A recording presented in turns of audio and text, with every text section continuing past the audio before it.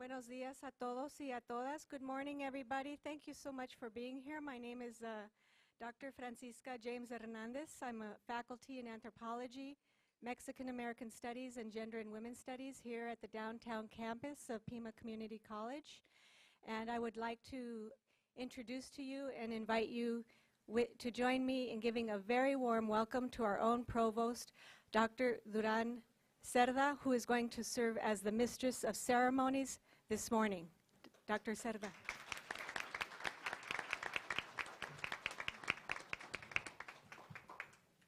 Good morning. Buenos días. ¿Cómo están? How are you doing today?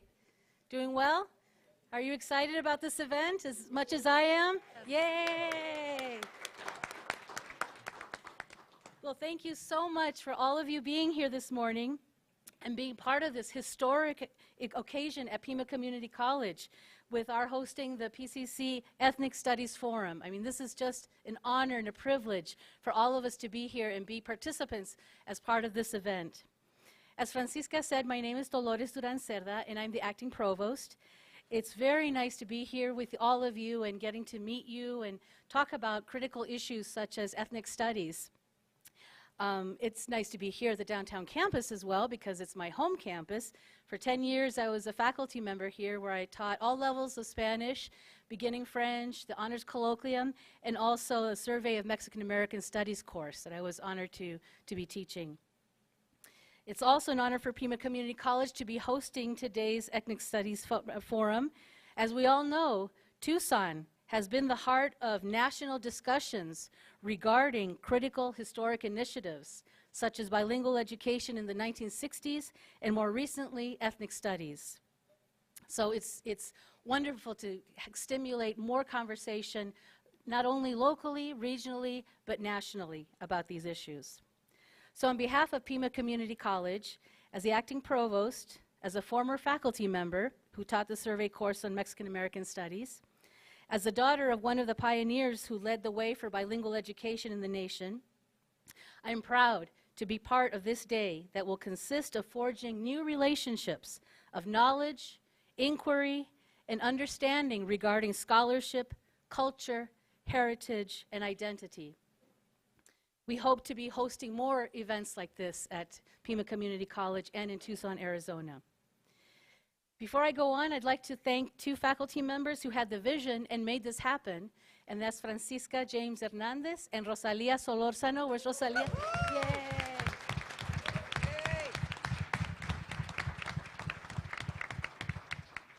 They've worked very hard to put this together. Actually, it's many years in the making, and it's finally happened with everybody's support. We also would like to thank the staff members from the downtown campus who have worked hard in making sure everything was ready for today. So those of you that helped out, please raise your hand so we know who you are and we can thank you.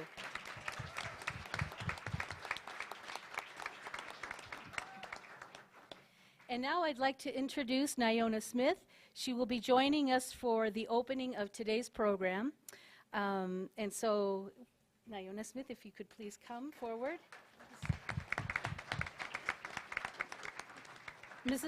Smith is a proud Tohono O'odham tribal member and a recent author of the book Plants That Heal, Conserving Indigenous Knowledge. Ms. Smith also enjoys teaching kindergarten in Green Valley, educating people about her culture and language, traveling and powwow dancing as a jingle dress dancer throughout the United States. Nyona.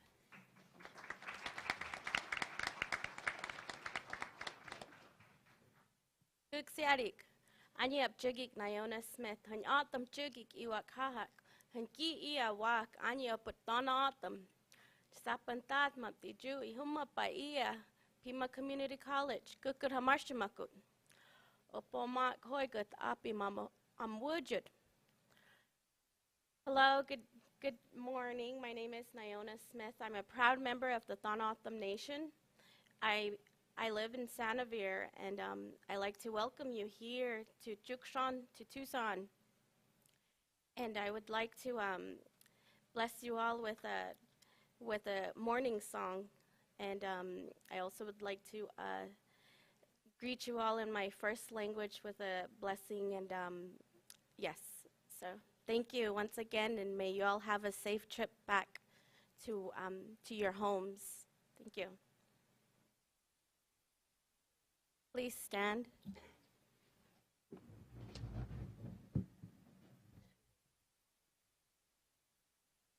So the song I will be singing, it's a morning song, and it talks about the east as I greet the sun to the east, the morning sun to the east, and how I remember and bring all the good blessings, and it's the our Creator, the Itoy.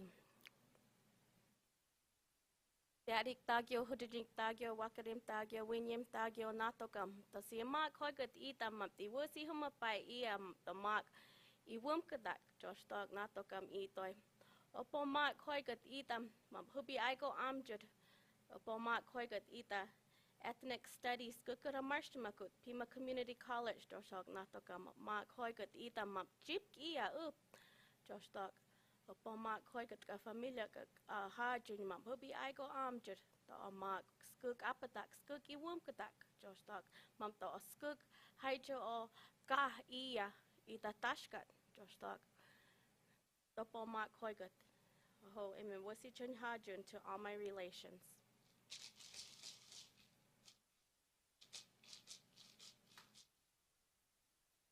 Siari katagyo itoy kakiwakinya hinahim.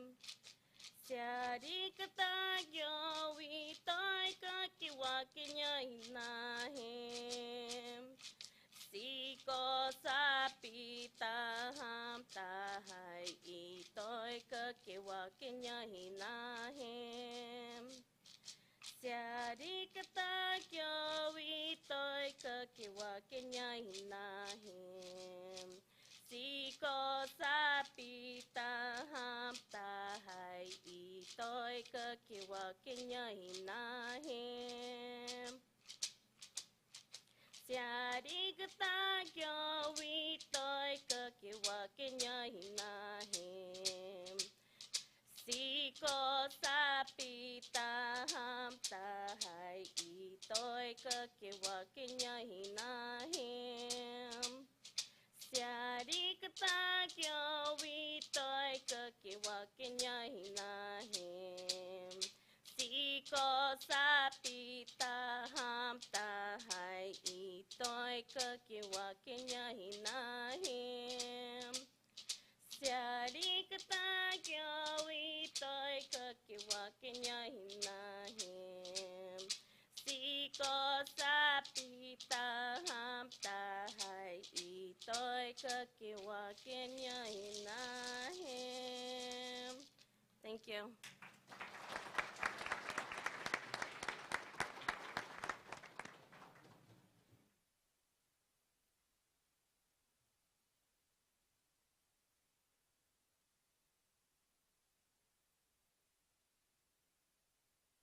Thank you so much, Nayona, for joining us today, for opening the program. We'd like to present you with a certificate in appreciation of your attendance and participation in today's program. Come forward, please.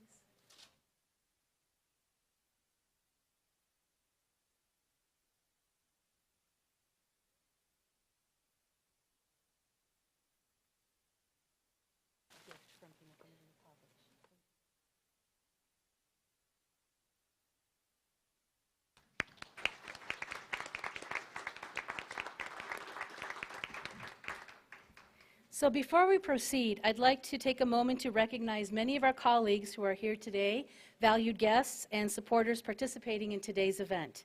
So I will call and recognize the people. We have David Doré, who is the president of the Downtown Campus and Northwest Campus. We have Mario Gonzalez, who's the president of Seafair. Mario, Señor Mario. We have, I believe, 2 board members from Pima Community College. Scott Stewart, is he here? Not yet? Okay. And we have the president or the chair of the Pima Community College Governing Board, District 1, and that's Mark Hanna. Thank you.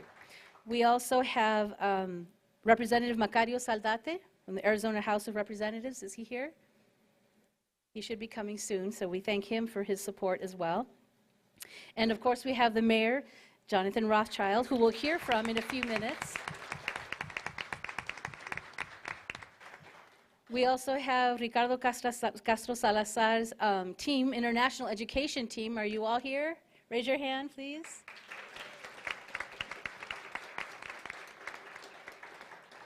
And we have the honor of having our visiting Fulbright scholar from Nigeria, Dr. Reginald Nnamdi Oputa, and his wife, Mrs. Priska Oputa. Thank you. Additionally, a special thank you goes to the many sponsors, supporters, community members, student and employee volunteers for today's event. Your belief in the importance of ethnic studies for our community made this event possible, so we thank you. And finally, Pima Community College Chancellor Lee Lambert, we also want to thank him. And although he's unable to be here today, this morning, he's an ardent supporter of the program, and he wanted to share his remarks through a video that he's created. So we'll cue up the video. Thank you.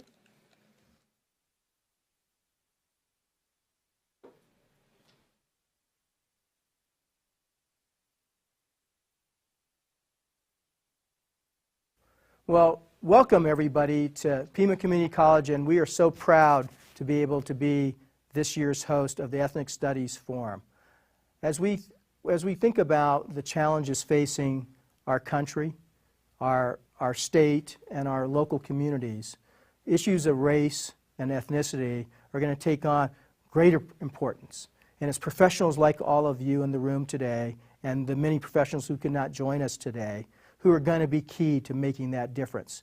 Not only to help individuals to understand their own racial and ethnic identities, but more importantly, how to build the bridges between and amongst ourselves as individuals. Because a healthy community requires that we engage in honest and open conversations, but at the same time we do it in a respectful way, but do it in a way that's based in fact, based in the realities.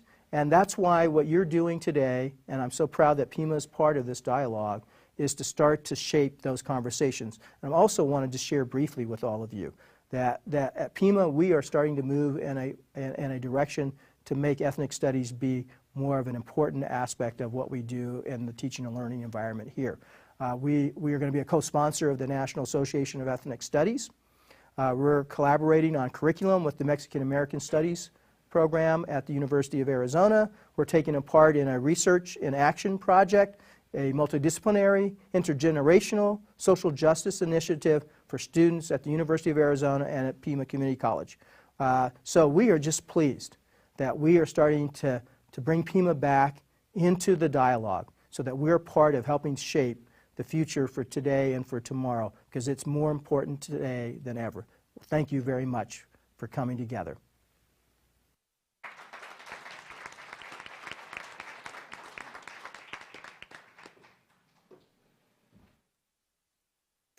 So we're very fortunate today to have the support of our mayor, Jonathan Rothschild.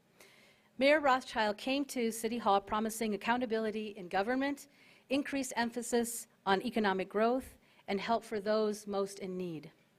Since taking office, the mayor helped settle the Rio Nuevo dispute, codified and increased incentives for Tucson businesses, and led efforts to pass a $100 million road improvement bond. Mayor Rothschild's work in Mexico has been recognized in both Washington, D.C. and in Mexico City. He's a leading advocate for developing infrastructure in Sonora and Arizona that will create an economic region where both states are prosperous and secure. He works to engage the community in creating a healthier Tucson. Mayor Rothschild is a native Tucsonan, and prior to becoming mayor, he had a 30-year career practicing law with the firm of Mesh, Clark, and Rothschild. Please, let's give a warm welcome to Mayor Rothschild, who will be giving some remarks.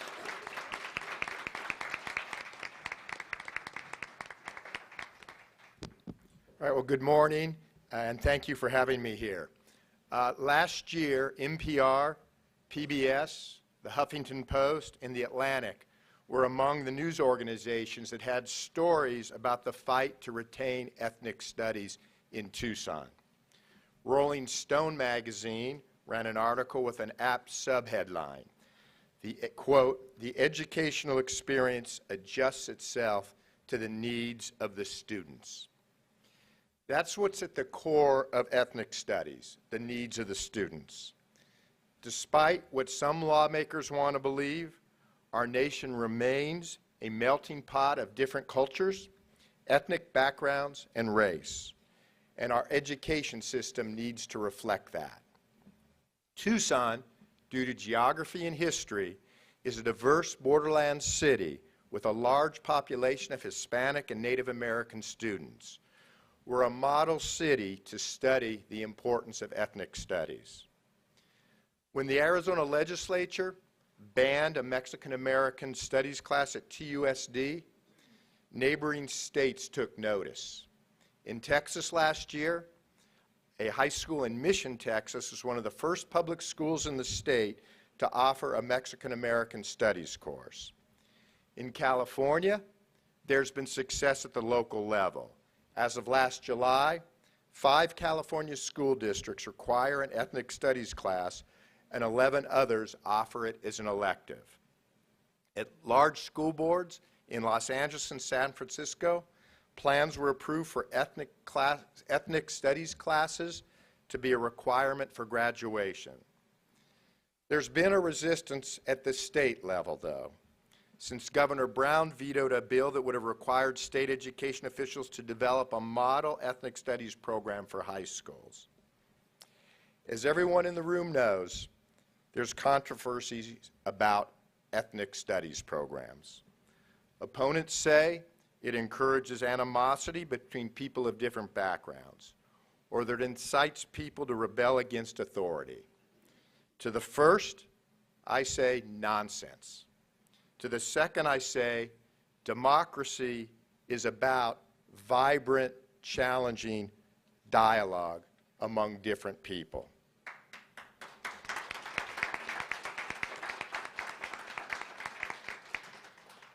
There are findings and studies that show that ethnic studies programs improve recruitment, retention, and graduation of students, especially those of color. Course grades and academics improve too. These studies just document what we all in education know to be common sense, because ethnic studies courses offer curriculum that students can relate to. Students learn about their own culture and history. Students become more interested and engaged. These courses serve as a gateway to taking up reading and writing and communicating. Ethnic studies increase understanding and appreciations of the differences between us and also the commonalities that unify us. In Arizona, we've concentrated on ethnic studies at the secondary education level, but it doesn't and shouldn't end there. Many colleges and universities are seeing the value of ethnic studies too. And that's why I'm so pleased that Pima Community College has taken on multiple initiatives to renew and strengthen its commitment to ethnic studies. One is the collaboration with the University of Arizona to create 2 curriculum pathways in Mexican American studies, connecting the junior college to the university. Another is the workshop this afternoon on creating an ethnic studies articulation task force. This effort will affect schools and universities across the state and perhaps across the nation. First, bonds will be created between schools, colleges, and universities. These will extend out into the community between businesses, nonprofits, and government institutions. For ethnic studies to succeed, we need to unify not only different types of people, but different types of organizations as well. It will, as in all successful efforts, take collaboration. We will accomplish more together than we will alone, and together we'll grow acceptance of all races, cultures, and ethnic backgrounds.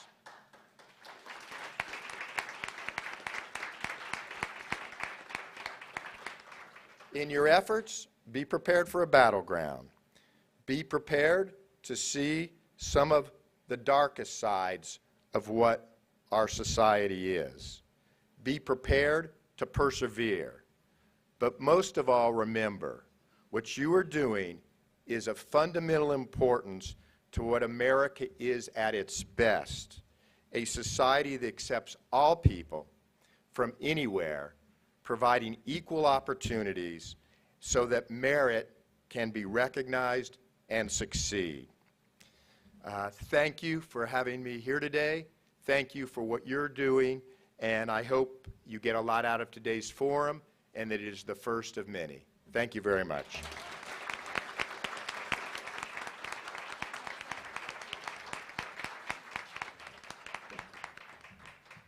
Thank you, Mayor Rothschild, for your inspiring words and your support for the community, ethnic studies, and for Pima Community College. We'd like to present you with a certificate of appreciation for today's program.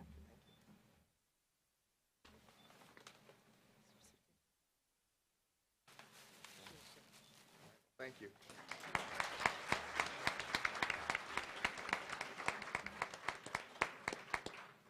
Before we begin the panel discussion, I would like to provide you with a brief overview of the activities of the day. So this morning, we will begin with our panel discussion, and they are here present at the table, and I will be the moderator. We have 6 panelists, and we'll have a short break after the first 3 panelists talk, following by the last 3 panelists, and then a question and answer session. Then we'll break for lunch, and then begin the workshop activities approximately about 1 o'clock. Additionally, throughout the day, we'll also have an opportunity to hear from more of our special guests before the final closing ceremony. After the closing ceremony, please feel free to visit the 3 of our panelists outside in the patio for a book and DVD signing. So this morning's panel discussion is a think piece in preparation for the afternoon's workshops. Now, as we begin with our panel discussion, I'd like to take a moment to introduce each of the panelists. So first of all, we have to your far left, I believe it is, Dr. Ana Ochoa O'Leary. And yes, she's a department head and she's associate professor of Mexican American Studies at the University of Arizona. And in your inserts, I believe you have a more detailed description of their biographies. Next, we have Dr. Leo Kilsback from the Cheyenne Nation. He's assistant professor in American Indian Studies at Arizona State University. And then we have Jessica, and your last name? Pacheco, who's a student at the University of Arizona and Pima Community College, correct? Yes. Thank you. And to my right, we have Donna Thompson, who's faculty in the English and Women's Studies, Ethnic Studies Instructional Council in Chandler Gilbert Community College.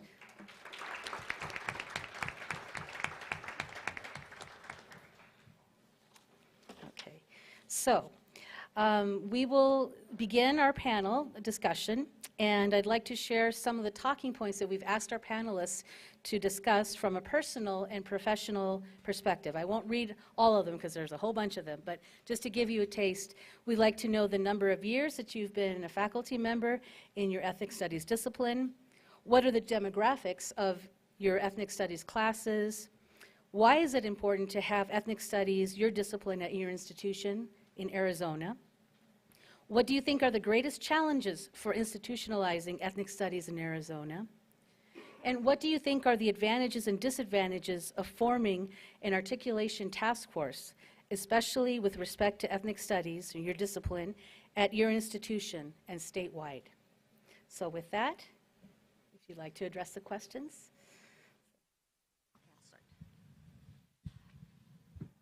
Good morning, everybody. Is this on? Yes. Thank you again for the organizers for putting on such a great event. It's been actually a joy in spite of a lot of the challenges of organizing such an event. I'm very honored to be here. I am part of this long-term process of making Mexican American studies in particular and ethnic studies in general as a vibrant learning process for the students who stand most to benefit from such a program, which we all know is all students, regardless of ethnicity, regardless of whether or not students belong to or consider themselves or self-identify as belonging to an ethnic group. We know from studies that belonging to an ethnic, to participate in an ethnic studies program benefits all students, not just those who are members of a particular ethnicity. One of the things that we were asked to think about was, well, I would like to give it just a short overview of what our program is at the University of Arizona. It is a program of Mexican American Studies. This degree program and department began as a conversation such as this, I would imagine, back in 1968 as a result of the civil rights movement, where, as you all know, this was a clamor among students and the nation for greater inclusion in America's institutional environments. After 1968, this conversation led to the development of a Mexican American Studies program at the University of Arizona. And I'm sorry, Dr. Saldate isn't here right now, but he was actually the first program director of Mexican American Studies at the University of Arizona, which started in around 1975. After that, around 1981, the program became a research center. It was called the Mexican American Studies and Research Center. And it developed under the leadership of not only Dr. Saldate, but other directors that came and built the program into one that gained national recognition in terms of its research, public policy research, and involvement with the community. That program developed into a full-fledged department in 2009, and I'm proud and happy to say that it is now one of 4 programs of this type, either Mexican American Studies or Chicano Studies, in the nation that offers not only a master's degree in Mexican American Studies, but it also offers a PhD in Mexican American Studies. And we will be having our first 2 cohort of PhD students graduating this May. So this is a milestone for our department and a milestone for our communities. One of the biggest challenges is going back to the questions that we were asked to consider. One of the largest challenges that we now are confronting, as you all know, is that we might have been lulled into this false sense of security that we had overcome the ravages of bigotry and racism in our country. Today we find that the ugly head of bigotry and racism is still with us, and in fact has come back with full force, and in a way that many of us might be shocked into this realization that much of our work has yet to be done. The ethnic studies programs that we now either work with or head or are working towards having in our communities is something that is more relevant today than perhaps even in 1965 during the civil rights period, because it has gone underground to a certain degree that now it is really difficult to find where we need to focus our efforts on. So it is a rude awakening, but I think that all of us here have been up to the challenge for many years now. I think if it wasn't for those challenges and our persistence, we would not be here today, and we just have to reinvigorate those efforts. I think it was a well-known motivational speaker that said challenges are inevitable. What is optional is defeat.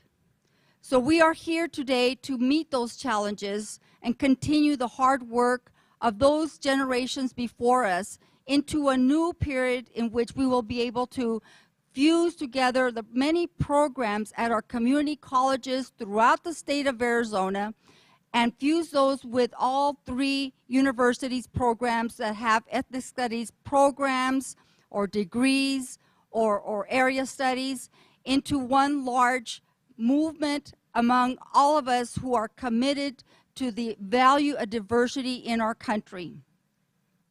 The advantages of this Ethnic Studies Task Force is that it will streamline the process by which we are able to bring students from different community colleges into our universities. It provides a way in which students do not merely get stuck at the community college level. And we all know for now that many of those students who do happen to get stuck at the community college level are those students who come from ethnic groups, okay? Community college are a great bridge for students coming from high schools into higher education, but we must not let it get stuck there. We must not let students get stuck or be satisfied with just achieving an Associate of Arts degree. We must push them forward and onward into higher education so they can be the political leaders of tomorrow. By having that type of student as our political leaders, we will not be having to contend, hopefully, I'm maybe thinking optimistically here, we will not be having to contend with the resurgence of some of the caustic political atmosphere that we now find ourselves in.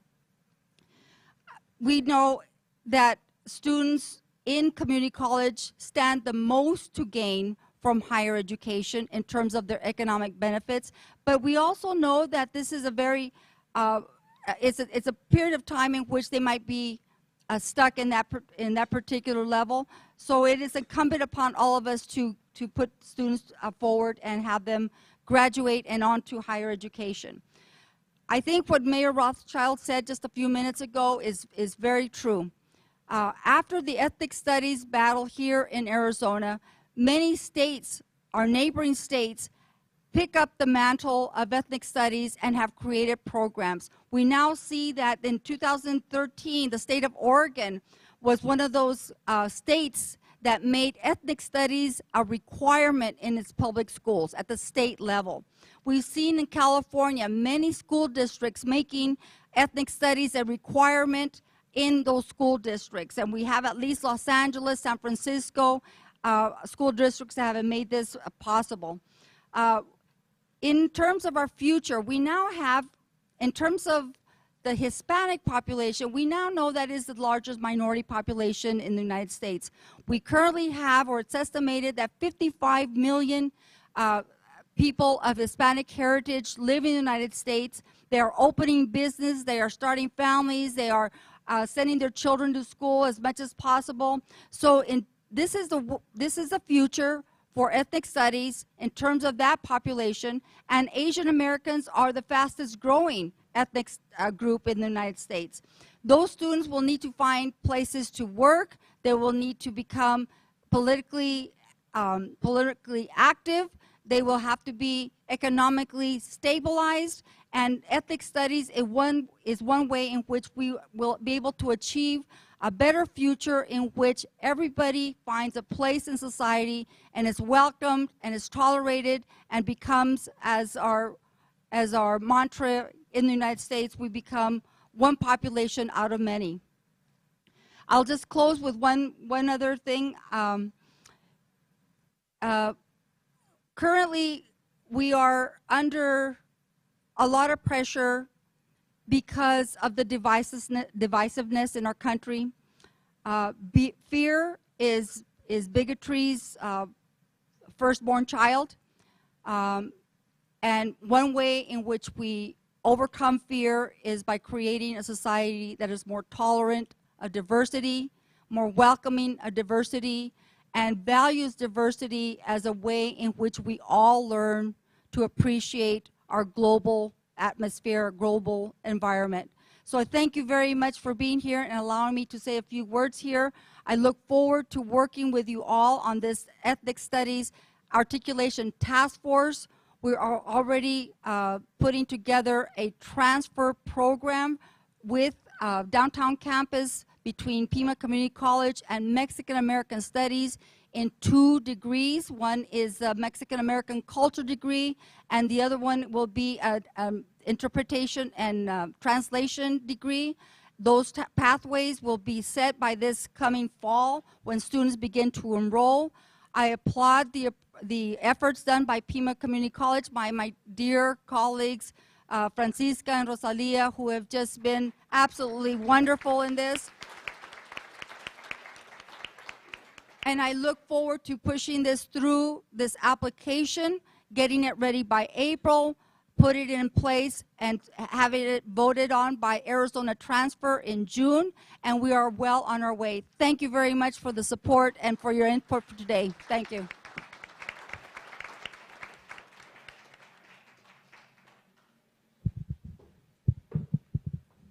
Hello, hello. Can you hear me? I have a slight ear infection, so my right side of my ear is kind of off. But I prepared a PowerPoint. It's not really a unique PowerPoint. I use it for my introductory course. Usually after this PowerPoint, a number of students end up dropping the class because they have a different perception of what Indian Studies is. I'll start off by answering the questions, though. I've been an assistant professor for 6 years now, so I'm going up for tenure, and that's a pretty challenging pursuit. But I've been teaching at the collegiate level for 13 years. I'm a graduate of U of A, American Indian Studies program here, and got my master's and PhD here. The majority of our students at ASU in Indian Studies at the lower level are primarily non-Indian students. Non-Indian meaning they're white and they're Asian, or we get a lot of foreign students, which is fine. The upper division courses are primarily American Indian students, probably because they're majors and they're minors. Some of the things that I think about when talking about American Indian Studies, as far as ethnic studies is concerned, is there's a lot of different components in Indian studies that don't necessarily apply in ethnic studies, but there are also areas where I think there needs to be a stronger relationship in building curriculum and in having these open conversations about the challenges that both American Indian people and non-Indian people face who do have ethnic backgrounds. Some of the things that our program came about in the 1990s with Carol Lujan and James Riding. They were in the Justice Studies Department, and the direction of the program didn't fit the needs of American Indian people. So for American Indian Studies, it's kind of different because the historical relationship between the United States and Indian nations have really shaped how Indian Studies is, the direction of Indian Studies. Unlike other ethnic groups, Indian people have confronted and been subjugated to numerous laws and policies that directly affected them in manners and throughout a long time in history that other ethnic groups had not necessarily endured. And this has led to this leads to a lot of problems in the discipline, because I still believe that we are in a developmental phase. We still have programs that have different ideas of what Indian Studies is. You see Indian Studies that focus on history, anthropology, political science, law, English literature, creative writing, museum studies, and education. So they all fall under these different categories. And depending on what university or what college you go to, you will have different curriculum. You have a different take on what Indian Studies is. And one of the early authors or scholars of American Indian Studies, Dwayne Champagne, wrote this article called "Indian Studies is for Everyone." I think it was well intentioned at the time, but it has really diluted the direction of Indian Studies. So now you see a lot of Indian Studies programs that really don't have any clear direction, and they don't follow any clear goal. And a lot of times there's faculty members for a long time who aren't trained in Indian studies are still trying to figure out for themselves what it means to be Indian, which is okay because of the long history of colonization and forced assimilation that our people had endured. So Indian studies really emerged out of this civil rights movement, primarily with the American Indian movement and their efforts to change policy in the United States, which is different than other ethnic groups in this country. But obviously, they're going to have some shared experiences, and a lot of times, Indian studies is thrown into a category of, well, it's something that has to do with art, and something that has to do with, culture appreciation, which is fine. We do want to people to appreciate our art and culture, but there's numerous other dimensions that need to be explored. One of them, of course, is this concept of sovereignty, nationhood. Indian tribes are Indian nations, and they operate as autonomous governments, and they have their own land base, something that other ethnic groups do not have. Vine Deloria Jr., he pointed out 4 major points that need to take place, or that should be addressed in Indian studies. And I doubt that,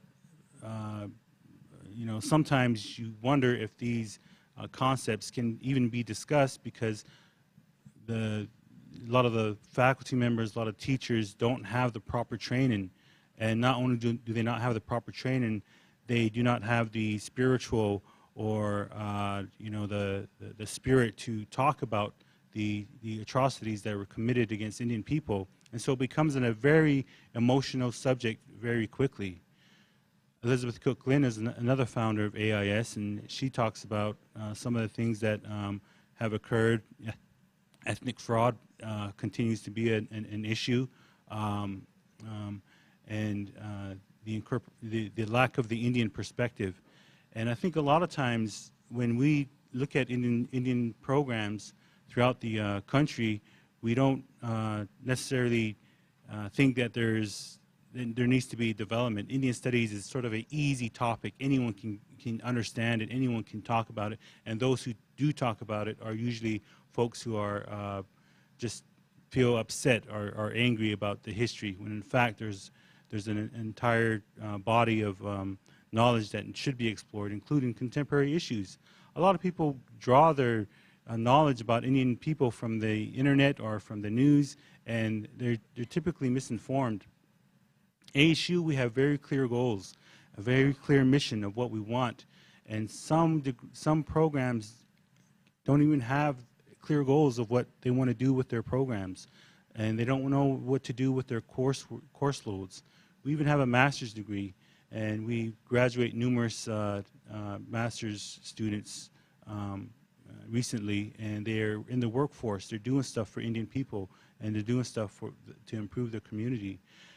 We rely heavily at ASU on the American Indian Studies paradigm, and I'm clicking through this very, very quickly, but one of the key phrases that I think James Ryden mentions is that AIS faculty must view their teaching, research, and service as a sacred responsibility to Indian nations undertaken for the sake of cultural survival.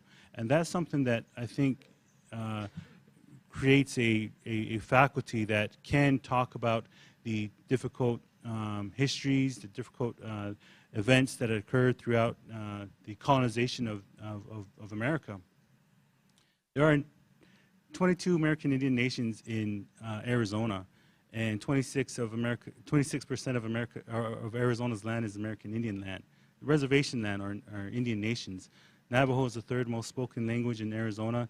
5.3% of the population is American Indian. So obviously there's a strong presence here. We have a strong history, but we also have a persistent presence in the political and economic realm. When I was taking a look at these laws, I was kind of interested because Arizona typically tries to avoid any discussion about American Indians and doesn't want to stop Indian studies from, I guess, they don't have the same challenges as ethnic studies. And I think if they did challenge it, it would just it would open a new forum of discussion because of the lack of representation of Indian studies or Indian history, Indian culture, and sovereignty in mainstream education.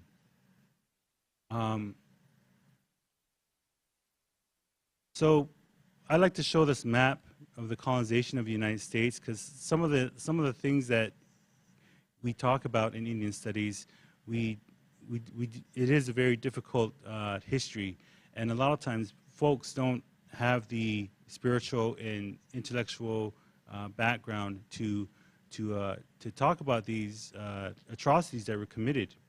And I think if we want to build bridges, and we want to, these are boarding schools where children were forced to be assimilated. The education was used as a tool of colonization. So obviously you're setting up a different history of education for Indian people. And so when issues come up like I don't know more and respect for our culture, the Keystone Pipeline, and more close to home, the Oak Flats dispute, a lot of folks do not have the information to sort of have open dialogue and open discussions about what's going on. A lot of times they hear, oh, you Indians are just mad because you lost the war, right? Well, if there was a requirement for folks at the high school level to take an American Indian Studies course, and then they would understand that the issues are much more complicated and require much more thought. Here is an issue that I think that could be bridged across the different ethnic lines. Native American, are being killed. They're still being shot at and killed at higher rates than any other ethnic group. And I had this discussion with a person once.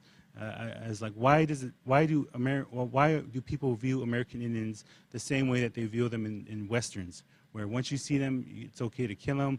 The stereotypes are still there. Incarceration rates, you have American Indians, even despite the low populations, they're still being incarcerated at higher rates than Hispanics and whites. So in conclusion, there are some issues that are exclusive to American Indians, but when you develop a program, when you develop a curriculum, they should be able to merge with the current issues that other ethnic groups face, because there is a racial component to Indian studies, but also there's the individual tribal histories and knowledge and languages and things that are specific to Indians as autonomous groups and nations. So we must be aware of these things, because now it becomes a little more complicated, and it's not as simple as we'd like it to be. But with that, I'll conclude. Thank you.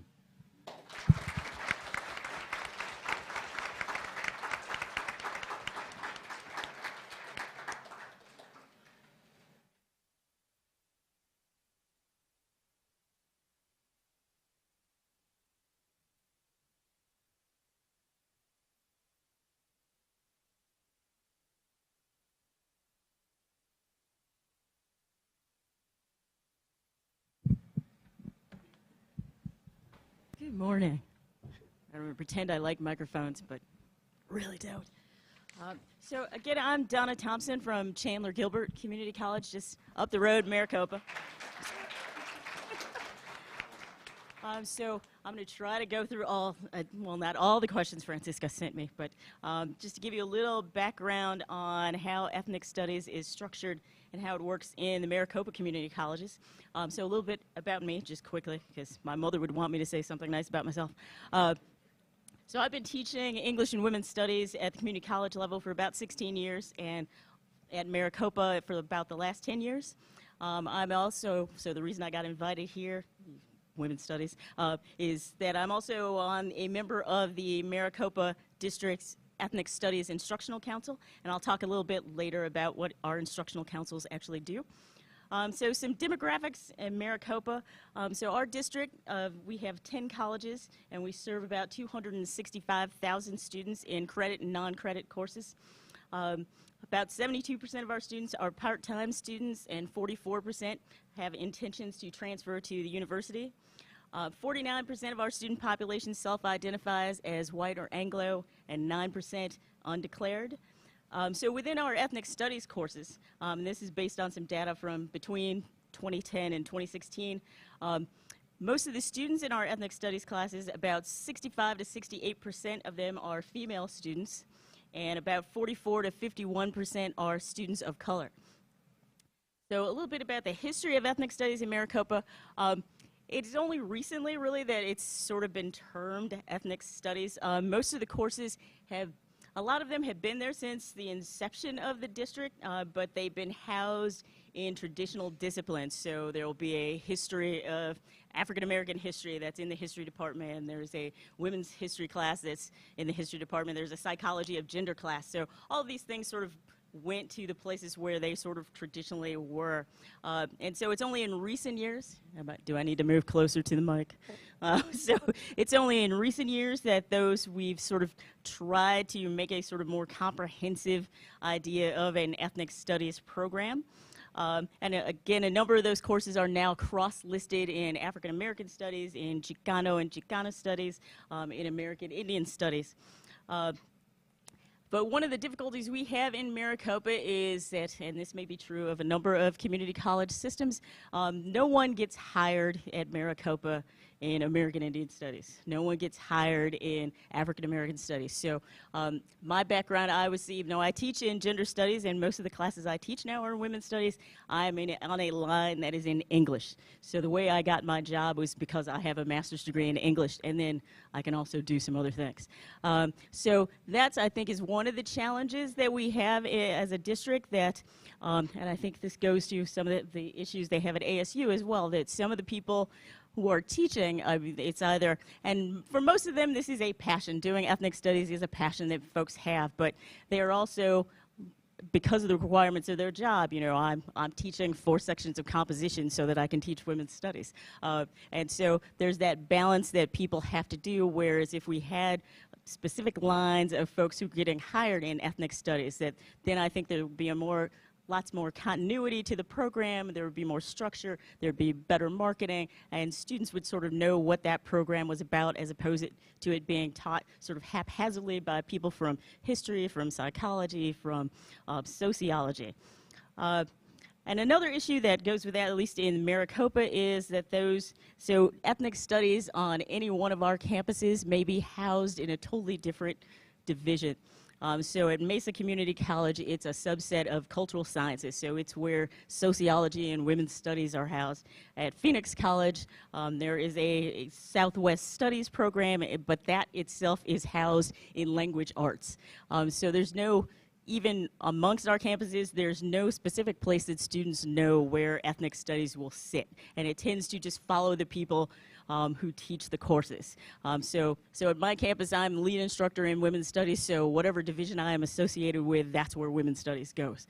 And I think that same thing happens for ethnic studies. So it sort of has no home. It doesn't belong to social behavioral sciences. It doesn't belong to literature. And because it's an interdisciplinary field, it sort of is housed and peopled and taught in many different places. So to say some good things about Maricopa, now that I've talked about all the problems we have, we actually do have 3 academic certificates in ethnic studies. So we have one in African American studies, one in American Indian studies, and one in Chicano studies. There's an additional one in American Indian studies that is more in tribal development and tribal leadership. So I won't talk much about that. I have about 50 copies if you want to see what is in the program descriptions for each one of those academic certificates, so we can place those out on the tables later. So I think, and again, we have some similar issues, I think, to ASU, that while these programs exist, they're on the books, people teach the classes that are involved in each one of these academic certificates every semester. There is really not the support system, there's not the enthusiasm, the passion from the colleges themselves to support them. And Maricopa has an interesting setup. So if we talk about the African American Studies program, it was initiated by Mesa Community College. So if you want to earn an African American Studies certificate, you have to do it as a student at Mesa Community College. So if I'm a student at Chandler Gilbert or Glendale, I have to sort of enroll myself at Mesa. I may take the classes at Chandler Gilbert. The classes are offered throughout the district, but to get that certificate, you have to apply for that certificate through the college that initiated it, which I think also creates problems for students, because we have this notion that, you know, our big slogan in Maricopa is one Maricopa, right? You can register at any college, you can take classes at any campus and graduate from Maricopa. But for the certificate programs, that is very institution-based. So if you want, again, African American Studies, you have to apply for that through Mesa. If you want to do the Chicano Studies, you have to apply for that through Phoenix College. So I think that creates some structural difficulties within the institution for students. One of the things that is actually a great thing that's happened in Maricopa is about 5 years ago, with the backing of the then executive vice chancellor, who's now our interim chancellor, we created an instructional council in ethnic studies. So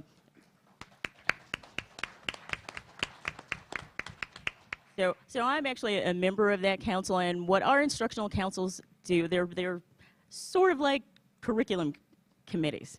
So we have a representative from each one of our colleges who comes to this Ethnic Studies Instructional Council. It gives us an opportunity to talk about curriculum, to talk about course design, to talk about what the programs are doing at different campuses. And I think for me, it's one of the first steps to why I think this ATF is also necessary. So we've been able to do that at Maricopa, to bring faculty together, to talk about student needs, to talk about what's going on, how these classes are being taught on the different campuses. And I think that's a conversation that also needs to take place statewide, so that Maricopa gets to go and talk to ASU, we get to talk to U of A, and have conversations with Pima about what they're doing that we can transfer to enable our students to get the benefit of all the knowledge that is shared amongst all you wonderful people here. So I think some things, at least from Maricopa, I think our biggest issue at this point is really finding ways, since we already have programs, is really in creating, again, a comprehensive programming for those students. Right now, these sort of sit, you can go to Maricopa's website, you can see what the requirements are, but that's really sort of where they end. Besides the folks on the instructional council, there's no funding to market them. It's sort of word of mouth. If you happen to take, you know, introduction to Chicano studies, that maybe your professor convinces you to take another class and says, oh, by the way, there's this certificate program that you can apply for. So I think that's getting some funding, perhaps getting instructional lines where people are actually hired in as ethnic studies instructors.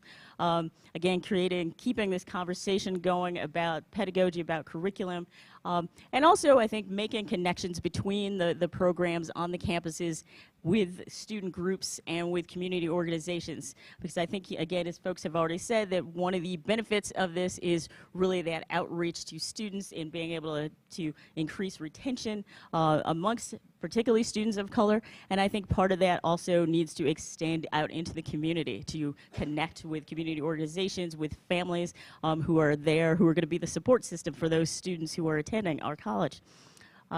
So the challenges, I think, are probably similar for all of us through Arizona, lack of money for everything. So as you know, Maricopa was on the state hit list of getting no state funding from the state. So in some ways it's sort of freeing, but because we don't really have to deal with a whole lot of bureaucracy, but we still get some of it. And I think this sort of shift, again, to the business model of education, of wanting students to, that students are customers and you have to treat them in certain ways. And also this idea of getting students out, right? You want to take the fewest number of credits possible and transfer somewhere or get a certificate so you can get a job. And all of those things are important, but I think that it also misses the point, right, of liberal education, of being able to engage in other classes, being able to learn about other cultures, being able to expand your critical thinking by taking a class that challenges your notions about a culture, about a people, about the place where you live. Also, we have, perhaps at Pima, your governing board may be nicer than our governing board, but we have had comments from our governing board is very much about students not raising tuition and students not having to spend a lot of money, which is good. But they have, and I can say this out loud because people know it, they have had conversations that sort of run the line, and I'm paraphrasing, of, well, we can see why students would need to take, if you're a nursing student or you're a business student, you might want to take a history class. You know, we can see why literature might be important, but why would you need to take a women's studies class? Because it's just unnecessary. And why would you need to take? And I think ethnic studies sort of falls for them in that idea of being a boutique class, right? That's the class you take if you have extra time and you just need 3 more credits. So I think, bringing ethnic studies and making it central to the development of students, making it at our institutions so that it is a central idea of what someone who is a well-educated person needs to learn during their time in college, as opposed to just being, I need to fill my AJAC and so that I can transfer.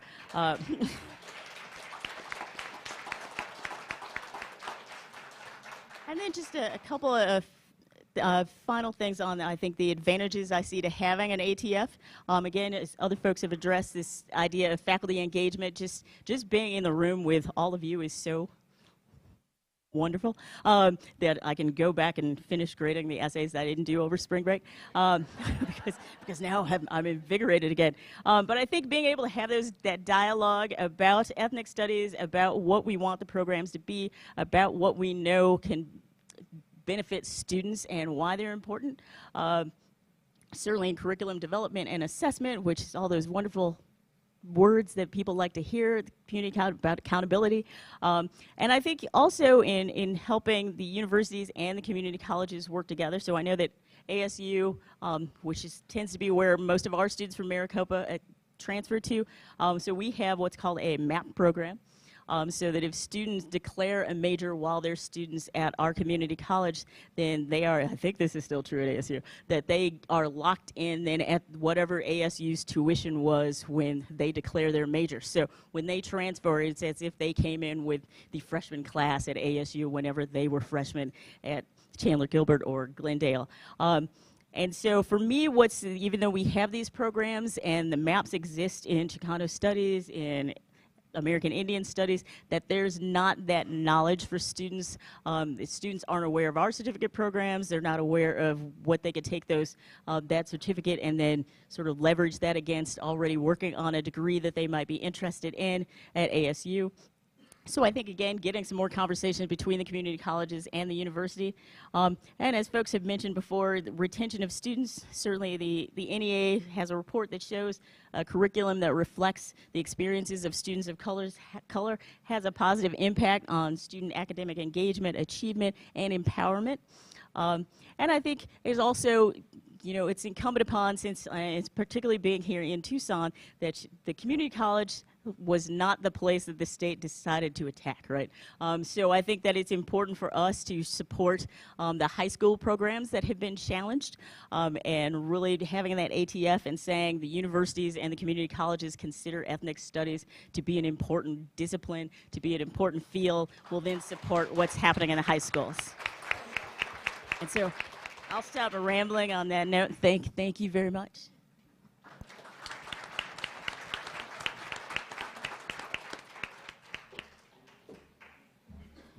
Thank you so much, Donna, Dr. Kilsack, Dr. O'Leary. So at this moment, we're going to take a pause.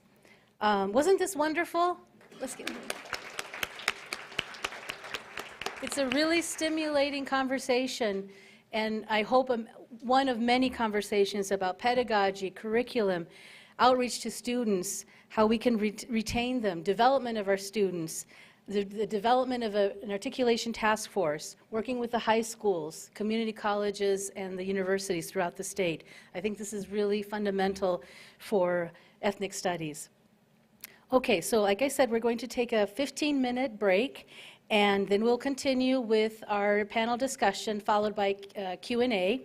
But please enjoy some more of the pastries, and we have fruit, and we have coffee. So please enjoy that, and we'll see you in 15 minutes. Thank you.